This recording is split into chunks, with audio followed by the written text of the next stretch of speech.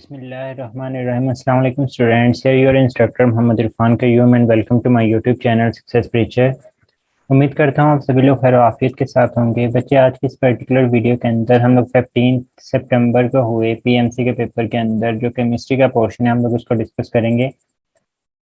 Question number 1 है हमारे पास, कहता है कि alkyl halide in which halogen is attached to one carbon. जहाँ पे हमारे पास हैलोजन किसी कार्बन के साथ अटैच या फिर किसी भी कार्बन के साथ अटैच ना हो, उसको हम लोग क्या बोलते हैं। तो यहाँ पे क्वेश्चन के स्टेटमेंट के अंदर वर्ड आना था कि alkyl halide in which halogen is attached to such carbon which is further attached with. तो यहाँ पे ये करेक्शन कर लें कि such carbon which is further attached. तो बच्चे तब हमारे पास यहाँ पे राइट ऑप्शन क्या आ जाएगा। आप लोगों ने पढ़ा हुआ है कि अगर हमारे पास क्लोरीन एक ऐसे कार्बन के साथ अटैच है जो फर्दर आगे एक कार्बन के साथ अटैच हो या किसी भी कार्बन के साथ अटैच ना हो, तो ये दोनों की दोनों किस में आ जाती हैं, ये प्राइमरी में आ जाती हैं। और अगर हमारे पास हैलोजन किसी ऐसे कार्बन के साथ अटैच है जो आगे दो कार्बन के साथ अटैच है तो वो सेकेंडरी की कैटेगरी में आ जाता है। और अगर हमारे पास क्लोरीन एक ऐसे कार्बन के साथ अटैच है जो आगे डायरेक्टली तीन कार्बन के साथ अटैच है तो हमारे पास टर्शियरी की कैटेगरी के अंदर आ रहा होता है। तो यहाँ पे हमारे पास प्राइमरी की डेफिनेशन बेसिकली पूछी गई थी, तो हमारे पास यहाँ पे जो राइट ऑप्शन है वो हमें अल्फा देखने को मिलेगा। बच्चे, क्वेश्चन नंबर 2 के benzene is not used in school because.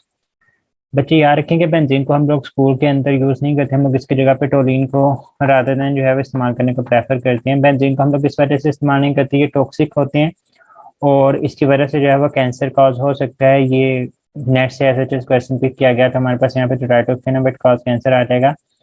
Question number 3 है कि transition metals show colour because of. बच्चे, इनमें से जो सबसे बेस्ट ऑप्शन है वो हमारे पास आ जाएगा डी सबशेल। अगर आप लोगों से पूछा जाए कि ट्रांजिशन मेटल, तो बच्चे कॉम्प्लेक्स की वजह से भी हमारे पास कलर्ड कंपाउंड शो करते हैं। उसके बाद अनपेयर्ड इलेक्ट्रॉन्स की वजह से भी ये शो करते हैं। और इसी तरह से अगर ऑप्शंस के अंदर मौजूद होता है डी डी ट्रांजिशन, तो उसकी वजह से भी ये कलर शो कर रही होती हैं। तो ये बातें आप लोगों ने चारों की चारों याद रखनी है कि किस किस वजह से जो है वो हमारे पास ट्रांजिशन मेटल जो है वो कलर शो कर रहे होते हैं। बेसिकली उनके अंदर अनपेयर्ड इलेक्ट्रॉन मौजूद होते हैं जिसकी वजह से डी डी ट्रांजिशन हो जाती है और डी डी ट्रांजिशन की वजह से ही हमारे पास एनर्जी रिलीज होती है जो हमें कलर की फॉर्म के अंदर जो है वो दिखाई दे रही होती है। तो यहाँ पे हमारे पास जो राइट ऑप्शन है वो अल्फा आ जाएगा। क्वेश्चन नंबर 4 देखने कहता है कि बच्चों following is a feasible reaction. बच्चे, इनमें से फिजिबल रिएक्शन जो है वो कौन सा होगा। बच्चे याद रखिएगा, फिजिबल रिएक्शन हमारे पास एक ऐसा रिएक्शन होता है, आपने चेक करनी होती है इलेक्ट्रोकेमिकल सीरीज। और इलेक्ट्रोकेमिकल सीरीज अगर आपको याद नहीं है तो मैं डिस्क्रिप्शन के अंदर अपनी पूरी फर्स्ट ईयर की जो प्लेलिस्ट है डिस्कशन की वो मैं आप लोगों के साथ शेयर कर रहा हूँ। उसके अंदर आप लोगों ने इलेक्ट्रोकेमिस्ट्री की डिस्कशन खोलनी है और उसके अंदर जो है वो इलेक्ट्रोकेमिकल सीरीज को मैंने याद करने के लिए मॉर्निंग भी आप लोगों के साथ शेयर की हुई है। एनी हाउ बच्चे, याद रखिएगा कि हमारे पास फिजिबल रिएक्शन वो होता है जिसमें इलेक्ट्रोकेमिकल सीरीज में जो अपर एलिमेंट होते हैं ना, मैं बच्चों से नारा लगवाता हूँ कि upper element is always oxidise, upper element is always oxidise, जबकि लोअर एलिमेंट जो होता है वो रिड्यूस होता है। अपर अगर तो ऑक्सीडाइज हो जाएगा तो वो फिजिबल रिएक्शन होगा और अगर लोअर रिड्यूस होगा तो वो हमारे पास फिजिबल रिएक्शन होगा, अदरवाइज रिएक्शन जो है वो हमारे पास फिजिबल नहीं होता। और हमें कैसे पता लगता है कि कौन सी चीज़ ऑक्सीडाइज हो रही है कौन सी चीज़ रिड्यूस हो रही है। बच्चे याद रखिएगा, सिंपल सी बात होती है कि ऑक्सीडेशन तब होती है अगर आपके पास ऑक्सीडेशन स्टेट जो है वो आपको इंक्रीज होती हुई दिखाई देती है, और रिडक्शन हमारे पास तब होती है जब हमारे पास हमें ऑक्सीडेशन स्टेट जो है वो हमें डिक्रीज होती हुई दिखाई दे रही होती है। तो आपने इन ऑप्शंस के अंदर देखना है कि हमारे पास कौन कौन सी चीजें मौजूद हैं, फिर उनको आप लोगों ने इलेक्ट्रोकेमिकल सीरीज के अंदर देख लेना है कि कौन सा ऊपर एलिमेंट मौजूद है कौन सा जो है वो हमारे पास नीचे एलिमेंट जो है वो हमें देखने को मिल रहा होता है। तो बच्चे, सबसे पहले देखें हमारे पास लेड है और साथ में हमारे पास एस एन मौजूद है, पीबी और एस एन। अगर हम लोग इनको इलेक्ट्रोकेमिकल सीरीज के अंदर देखें तो हमारे पास एस एन जो है वो ऊपर है और पीबी जो है वो हमारे पास नीचे। मीन टू से एस एन को क्या होना चाहिए था, हमारे पास ऑक्सीडाइज होना चाहिए था, और पीबी को क्या होना चाहिए, रिड्यूस होना चाहिए। देख लेते हैं, पीबी के ऑक्सीडेशन स्टेट यहाँ पर 0, यहाँ पर एस एन जो है वो +2 फॉर्म में मौजूद है और यहाँ पे हमारे पास लेड जो है वो +2 में और एस एन जो है वो 0 में। तो बच्चे, लेड की क्या हो चुकी है, 0 से +2 में गया, ये ऑक्सीडेशन हो चुकी है, और एस एन +2 से 0 में चला गया, रिडक्शन हो चुकी है। हमने क्या कहा था कि एस एन की ऑक्सीडेशन होनी चाहिए, इस वजह से ये फिजिबल रिएक्शन नहीं होगा। बीटा के अंदर देखें हमारे पास एक लेड है और दूसरी तरफ जो है वो हमारे पास जिंक आ जाता है। बच्चे, जिंक जो है वो हमारे पास ऊपर मौजूद है और लेड जो है वो नीचे। जिंक को क्या होना चाहिए, ऑक्सीडाइज होना चाहिए, और लेड को क्या होना चाहिए, यहाँ पे रिड्यूस होना चाहिए। हम लोग जिंक को देख लेते हैं, तो जिंक यहाँ पे हमारे पास +2 से 0 के अंदर जा रहा है, मीटर से जिंक की क्या हो रही है, रिडक्शन, तो ये भी हमारे पास क्या होगा, फिजिबल नहीं होगा। 40 के अंदर देखें, एक तरफ आपके पास Zn है, दूसरी तरफ हमारे पास हाइड्रोजन। जिंक ऊपर मौजूद है, इसकी ऑक्सीडेशन होनी चाहिए, हाइड्रोजन नीचे मौजूद है, इसकी रिडक्शन होनी चाहिए। हम लोग जिंक को देख लेते हैं, जिंक यहाँ पे 0, यहाँ पे +2, मीटर से 0 से +2 में जा रहा है, ये हमारे पास ऑक्सीडेशन ही हो रही है, तो ये हमारे पास क्या होगा, ये फिजिबल रिएक्शन होगा। तो इस वजह से हम लोग बोलेंगे कि यहाँ पे हमारे पास जो राइट ऑप्शन है वो हमें 4 ही देखने को मिलेगा। क्वेश्चन नंबर 5 की तरफ चलते हैं। कहते हैं कि carboxylic acid can be prepared commercially from. बच्चे कार्बोक्सिलिक एसिड, अगर आप लोग एसिटिक एसिड को खोलते हैं तो वहाँ पे एक लाइन लिखी हुई है कि carboxylic acid can be commercially prepared from the alcohol. हम लोग एल्कोहल से कार्बोक्सिलिक एसिड को प्रिपेयर करते हैं, और एल्कोहल को अगर आप लोगों से पूछा जाए कि कैसे कमर्शियली प्रिपेयर करते हैं, तो बच्चे याद रखिएगा इसको प्रिपेयर किया जाता है फ्रॉम द मोलेसिस, और उस प्रोसेस को हम लोग नाम दे रहे होते हैं फर्मेंटेशन का। तो हम लोग बेसिकली ऑक्सीडेशन करते हैं अल्कोहल की, उसके नतीजे में हमारे पास कार्बोक्सिलिक एसिड जो है हम लोग कमर्शियली लेवल के ऊपर प्रिपेयर कर रहे होते हैं। क्वेश्चन नंबर 6 की तरफ चलते हैं हम लोग। कहते हैं कि Grignard agents react with dash to form alkane. बच्चे ये बार बार रिपीट हो रहा है ग्रिग्नार्ड एजेंट, बिलीव मी। बच्चे आगे कहते हैं कि सर हर बार ये क्वेश्चन आ रहे हैं ग्रिग्नार्ड एजेंट में से। तो अल्केन आपने बनाना है तो अभी तो याद हो जाने चाहिए, इतनी ज़्यादा डिस्कशंस के अंदर मैंने आप लोगों को बता दिया कि अल्कोहल, अमोनिया और वाटर तीनों के साथ रिएक्शन करें तो हमारे पास जो बनने वाली प्रोडक्ट होती है वो अल्केन होती है। तो यहाँ पे हमारे पास जो राइट ऑप्शन है वो ऑल ऑफ दीज आ जाएगा। क्वेश्चन नंबर 7 देखें कि LDH1 is use in the treatment of. बच्चे ये प्रोटीन जो एंजाइम वाला टॉपिक है उसके अंदर ये इस्तेमाल हुआ है कि हमारे पास हम लोग इसको हार्ट डिजीज के इलाज के अंदर जो है हम लोग इसको इस्तेमाल कर रहे होते हैं। अगर रिकेट्स की बात करते हैं तो इसके अंदर हमारे पास जो इस्तेमाल होता है बच्चे, वो हमारे पास एल्कालीन फोस्फाटेज हम लोग इसके इलाज के लिए इस्तेमाल करते हैं। ये हमारी बुक के अंदर जो है वो चीज़ें गिवन है, आपने ये सारे के सारे याद रखनी है। लास्ट ईयर 2020 के अंदर भी ये क्वेश्चन आ चुका है, यहाँ पे अगेन पूछा जा रहा है। अगर ब्लड कैंसर की बात की जाती है तो बच्चे इसके लिए एल एस्पेराजिनेज जो है वो हम लोग इस्तेमाल कर रहे होते हैं। तो एक ही एमसीक्यू से आप लोगों को मैंने 3 एमसीक्यूज बता दिए हैं, तो ये आप लोगों ने याद रखना है। क्वेश्चन नंबर 8 देखते हैं। कहता है कि types of polymers on the basis of monomer. बच्चे 3 टाइप्स होती हैं। एक कोपॉलीमर होगा जिसके अंदर हमारे पास 2 मोनोमर अटैच होते हैं।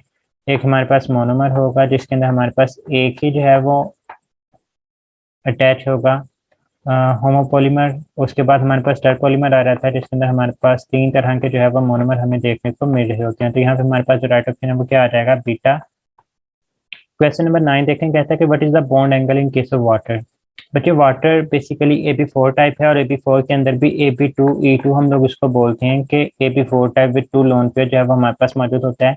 ऑक्सीजन एक सेंट्रल एलिमेंट है जो हाइड्रोजन के साथ 2 बॉन्ड पेयर की मदद से अटैच होता है, और ऑक्सीजन के ऊपर जो है हमें 2 लोन पेयर देखने को मिलते हैं, और इन्हीं 2 लोन पेयर की वजह से इसका एंगल जो है वो हमारे पास 109.5 से रिड्यूस होकर कहाँ पे आ जाता है 104.5 के ऊपर। बच्चे अगर लोन पेयर कोई भी मौजूद नहीं है तो 109.5, अगर एक लोन पेयर आ जाता है तो एंगल रिड्यूस होकर 107.5, और अगर दो तो 104.5। 120 आप लोगों को AB3 के केस में देखने को मिल सकता है। नहीं वाटर के केस में AB4 टाइप ही है, लेकिन 2 लोन पेयर है तो हमारे पास जो राइट ऑप्शन है वो हमें डेल्टा देखने को मिलेगा। तो यहाँ पे हमारे पास राइट ऑप्शन जो है वो डेल्टा होगा, 109.5 डिग्री जो है वो नहीं होगा। क्वेश्चन नंबर 10 देखें कि वेस्पर थ्योरी एक्सप्लेन था। तो बच्चे ये ऑप्शन कोई नहीं थी याद बच्चों को, उन्होंने सिर्फ यही बताया था कि वेस्पर थ्योरी एक्सप्लेन था। तो बच्चे याद रखिएगा, it explain the shape of the molecule. हम लोग इसको देख के बता सकते हैं कि कौन सा कंपाउंड हमारे पास लीनियर शेप में मौजूद है, कौन सा ट्राइगोनल प्लेनर शेप में मौजूद है, कौन सा टेट्राहेड्रल में मौजूद है, एंड सो ऑन। हमारी बुक के अंदर सिर्फ लिंक तक है, इसके अलावा हम लोग फर्दर इसको जो है वो जस्टिफाई कर रहे होते हैं। तो यहाँ पे हमारे पास जो राइट ऑप्शन है वो हमें शेप्स ऑफ मॉलिक्यूल जो है वो देखने को मिलेगा। क्वेश्चन नंबर 11 देखें। कहता है कि number of pi bonds in case of ethene is. बच्चे इथीन हम लोग इसको बोलते हैं CH2 डबल बॉन्ड। CH2 को जो है वो हम लोग इथीन बोल रहे होते हैं। यहाँ पे उसने क्या पूछा, उसने कहा कि पाई बॉन्ड कितनी है। तो बच्चे हमारे पास एक डबल बॉन्ड है, और एक डबल बॉन्ड के अंदर एक सिग्मा होता है और एक पाई होता है। मीटर से हमारे पास यहाँ पे राइट ऑप्शन क्या आ जाएगा, 1। आपसे पाई बॉन्ड पूछे गए तो आंसर कितना बना, 1। आपसे पूछा जाता है पाई इलेक्ट्रॉन कितने हैं, आपने कहना था कि एक बॉन्ड के अंदर 2 इलेक्ट्रॉन, तो पाई इलेक्ट्रॉन 2। आपसे पूछा जाता कि हमारे पास सिग्मा बॉन्ड कितने हैं, तो आपने यहाँ पे सिग्मा बॉन्ड काउंट करने थे तो वो हमारे पास 5 हैं। आपसे सिग्मा इलेक्ट्रॉन पूछे जाते तो वो हमारे पास कितने होने थे, 10। टोटल बॉन्ड पूछे जाते तो वो कितने हैं, 6। टोटल इलेक्ट्रॉन पूछे जाते तो वो कितने हैं, 12। तो इस तरह से कोई भी चीज़ पूछी जा सकती है। यानी हमारे पास यहाँ पे जो राइट ऑप्शन है वो अल्फा आ जाएगा। क्वेश्चन नंबर 12 देखते हैं। कहता है बेटा the following has the least bond energy. बच्चे इनमें से कम बॉन्ड एनर्जी किसकी मौजूद होती है। तो बच्चे इसका जो राइट ऑप्शन है वो हमारे पास I2 है। लाइक यहाँ पे देखें चैप्टर नंबर 6 के अंदर हमारे पास टेबल मौजूद है। ये सारी वैल्यूज आप लोगों ने याद नहीं करनी है, आप लोग सिर्फ चंद एक है वो वैल्यूज को याद रखेंगे। बच्चे हमारे पास यहाँ पे जो है वो ये 3 वैल्यूज आप लोग याद रखेंगे। इसी तरह से C triple bond N, C double bond N और C सिंगल बॉन्ड N, ये आप लोग एक ट्रेंड को याद रख लेंगे। इन ट्रेंड्स को याद रखना, इनकी वैल्यूज को याद नहीं रखना, सिर्फ ट्रेंड्स को याद रखेंगे। इसी तरह से ये वाला एक ट्रेंड है वो बन जाता है आप लोगों के पास। अब बच्चे यहाँ पे देखें हमारे बुक के अंदर ना ये HF लिखा हुआ है, लेकिन ये बेसिकली किसका है, हमारे पास फ्लोरीन की है। इसको आप लोग याद रखेंगे क्योंकि यहाँ पे भी देखें ये भी HF की एनर्जी गिवन है। ये बेसिकली F2 की एनर्जी आप लोगों के पास कितनी गिवन है, 155। उसके बाद Cl की एनर्जी देखें तो वो 242 है। उसके बाद अगर आप लोग Br2 की एनर्जी देखते हैं तो वो हमारे पास 193 है। और अगर आप लोग I2 की एनर्जी देखते हैं तो वो हमारे पास कितनी है, 151 है। तो अब आप लोग यहाँ से ट्रेंड भी बना सकते हैं कि सबसे ज़्यादा एनर्जी किसकी आ गई, हमारे पास Cl2 की।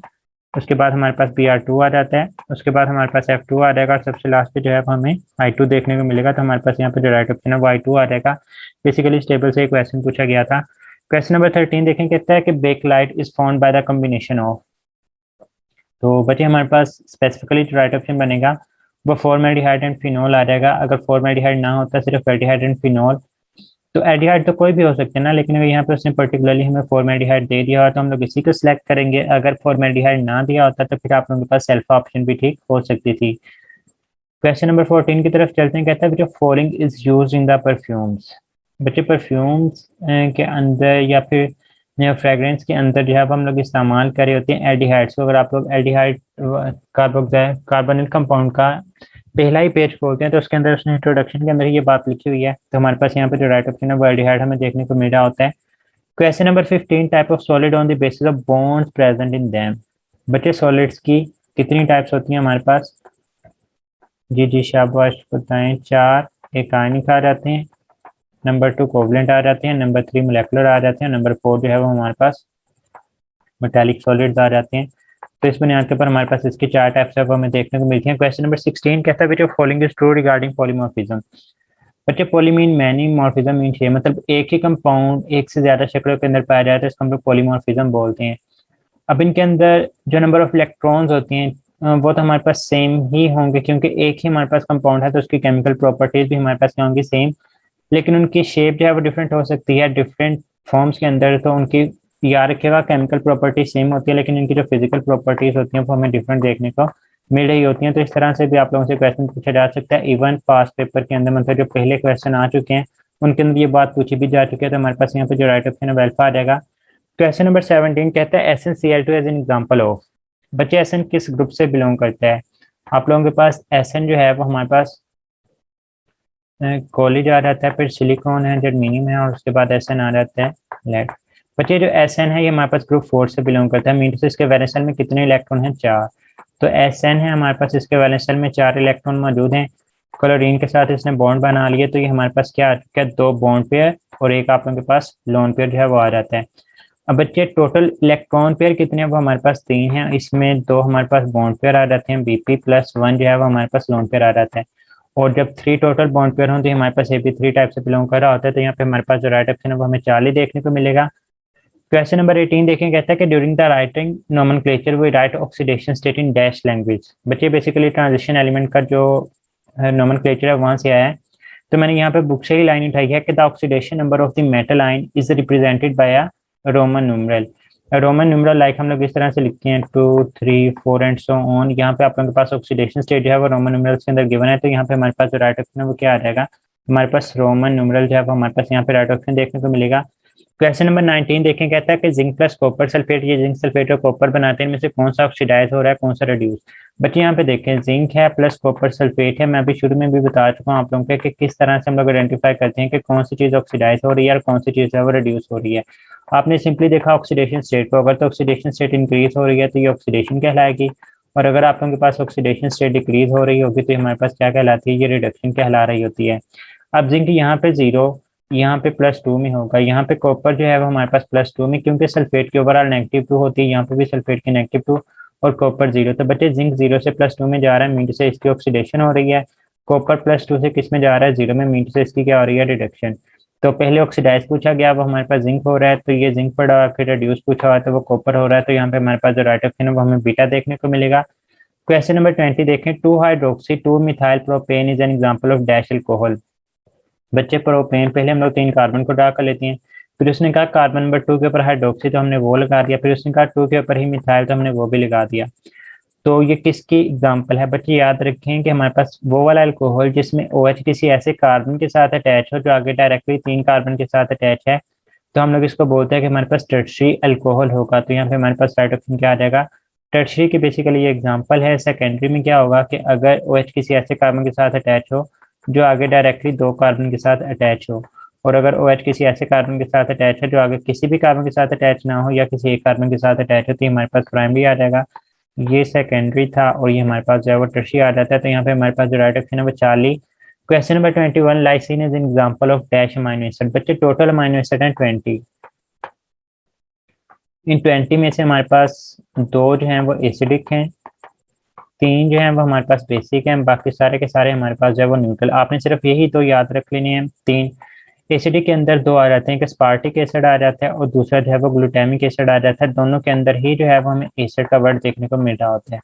और बच्चे बेसिक के अंदर 3 चीज़ें आ जाती हैं। इसको मैंने ऑलरेडी बताया है कि आप लोग एहल से याद रख सकते हैं, हल से याद रख सकते हैं। ए से हमारे पास आर्जिनिन आ जाता है, एच से जो है वो हिस्टाडीन आ जाता है, और एल से जो है वो हमारे पास बच्चे लाइसिन आ जाता है। तो लाइसिन बेसिकली बेसिक एग्जांपल है, तो यहाँ पे हमारे पास जो राइट ऑप्शन है वो बेसिक आ जाएगा। क्वेश्चन नंबर 22 देखें, कहते हैं the force of attraction between the dipoles makes the bond length. बच्चे जब फोर्स ऑफ अट्रैक्शन बढ़ जाती है, 2 चीजें एक दूसरे के नजदीक आ जाती हैं, तो एज अ रिजल्ट हमारे पास जो बॉन्ड लेंथ होती है वो शॉर्ट हो जाती है। याद रखिएगा, इंटरमोलेकुलर फोर्सेस ऑफ अट्रैक्शन का बॉन्ड लेंथ के साथ इनवर्स रिलेशन होता है। Stronger the intermolecular forces less will be its bond length. तो हमारे पास यहाँ पे शॉर्टर जो है वो राइट ऑप्शन के तौर पे हमें देखने को मिल रहा होगा। क्वेश्चन नंबर 23 देखें, कहते हैं the pi bond in benzene are present over sigma bond in the form of. तो बच्चे यहाँ पे हम लोग जब बेंजीन के अंदर पाई इलेक्ट्रॉन्स को शो करते हैं तो हम लोग इस तरह से सर्कल की फॉर्म के अंदर शो कर रहे होते हैं। तो यहाँ पे हमारे पास जो राइट ऑप्शन है वो सर्कुलर आ जाएगा।